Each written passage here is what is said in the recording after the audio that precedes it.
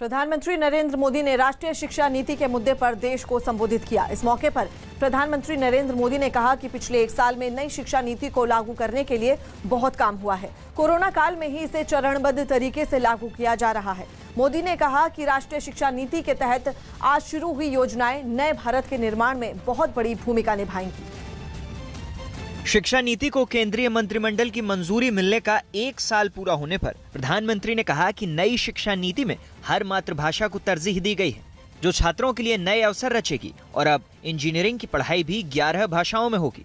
मुझे खुशी है कि 8 राज्यों के 14 इंजीनियरिंग कॉलेज 5 भारतीय भाषाएं हिंदी, तमिल, तेलुगु, मराठी और बांग्ला में इंजीनियरिंग की पढ़ाई शुरू करने जा रहे हैं।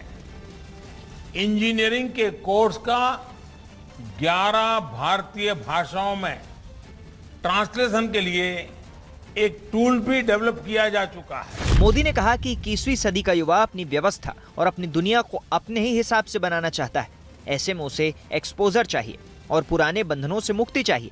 आज छोटे कस्बों और गांवों से निकले युवा कमाल कर रहे हैं। नई शिक्षा नीति पर चर्चा करते हुए प्रधानमंत्री मोदी ने कहा कि शिक्षा नीति में युवाओं ने बड़े पैमाने पर रुचि दिखाई है। नई शिक्षा नीति शिक्षा क्षेत्र में एक क्रांतिकारी बदलाव है। इसने युवाओं को नई ऊंचाई छूने का आसमान दिया है।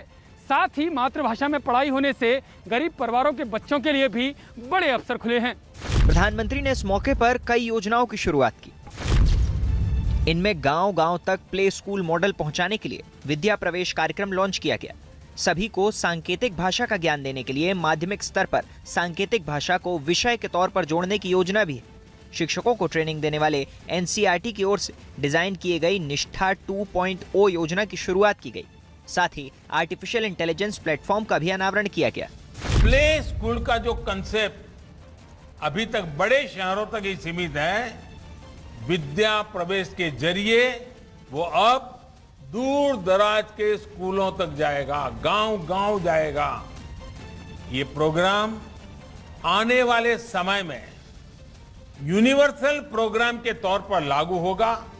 नई राष्ट्रीय शिक्षा नीति में स्कूली पढ़ाई से लेकर उच्च शिक्षा तक कई बदलाव किए जाने का प्रस्ताव रखा गया है, जिसका उद्देश्य बच्चों का विकास और उन्हें विश्व स्तर पर मजबूत बनाना है।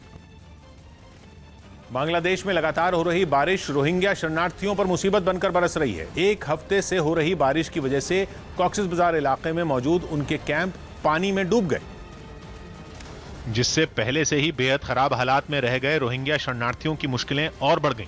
वहां से सामने आई तस्वीरों में हर तरफ कमर से भी ज्यादा पानी भरा नजर आया। उनके रहने के लिए जो झोपड़ियां वहां बनाई गई थी वो पानी में डूबी दिखाई दी। वो पूरा इलाका किसी टापू के जैसा दिखाई दिया।